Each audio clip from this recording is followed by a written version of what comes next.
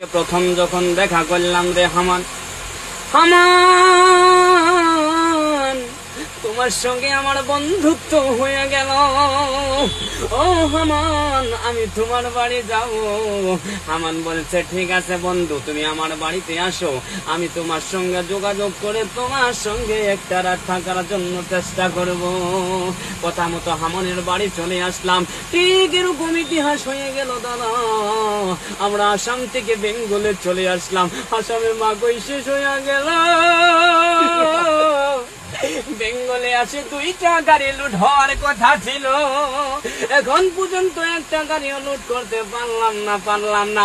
এদিকে বলে মাল আছে, ওদিকে মাল আছে, ঘুরে ঘুরে মানুষের চোদন খায় গিয়ে বাড়ির থেকে বাড়ে দাদারি।